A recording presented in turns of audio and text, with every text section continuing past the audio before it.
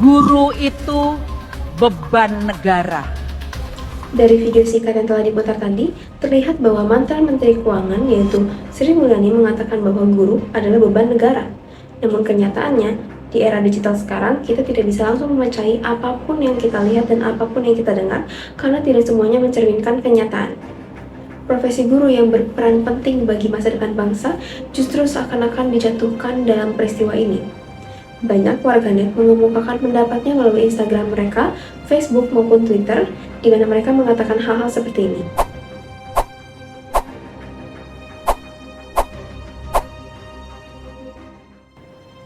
Dengan banyaknya unggahan dari para publik yang tidak terima mengenai hal tersebut, Kementerian Keuangan dan Sri Mulyani mengeluarkan klarifikasi bahwa video tersebut adalah hoax hasil deepfake AI yang dimana diambil ketika Sri Mulyani menyampaikan pidatonya di forum konvensi Sains Teknologi dan Industri di ITB pada tanggal 7 Agustus 2025. Selain itu, untuk semakin meyakinkan publik, Sri Mulyani mengeluarkan pernyataan melalui Instagram pribadinya seperti berikut.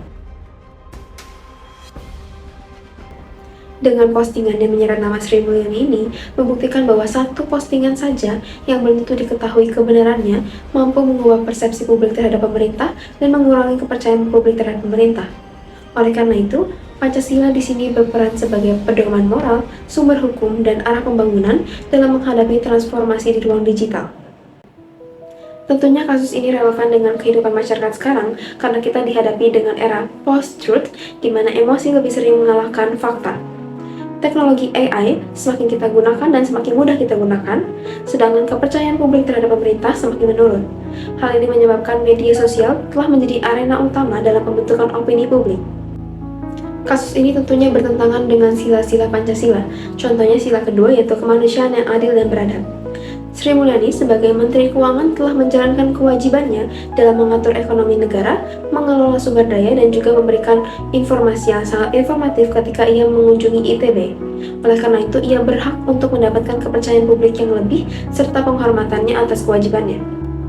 Namun, dengan adanya kasus ini, martabat Sri Mulyani serta reputasinya telah rusak.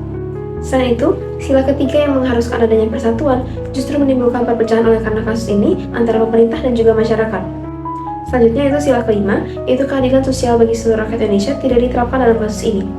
Semua pemaparan dan penjelasan yang telah dipaparkan oleh Sri Mulyani dalam pidatonya di ITB tidak disampaikan kepada masyarakat secara transparan dan juga sesuai kenyataan. Hal ini menimbulkan ketidakadilan di pihak Sri Mulyani. Selain itu, Pancasila berperan menjadi sumber hukum dan menjadi pedoman moral yang penting bagi pengambilan keputusan politik. Dalam UU ITE, pasal 27 ayat 3 yang berisi larangan bagi setiap orang untuk sengaja dan tanpa hak menyebarkan informasi atau dokumen elektronik yang bermuat penghinaan dan atau pencemaran nama baik dapat dikenakan hukuman pidana paling lama 4 tahun dan denda paling banyak 750.000. Marilah kita lebih bijak dalam menggunakan teknologi dan AI. Seperti yang kita tahu, kita memiliki jejak digital. Oleh karena itu, marilah kita berpikir kritis, bersikap etis, dan menyampaikan pandangan secara positif tanpa memberikan komentar-komentar secara negatif. Selain itu, marilah kita menanamkan nilai-nilai Pancasila dalam kehidupan sehari-hari agar kita menjadi generasi yang lebih dapat memajukan bangsa. Sekian dari saya, terima kasih.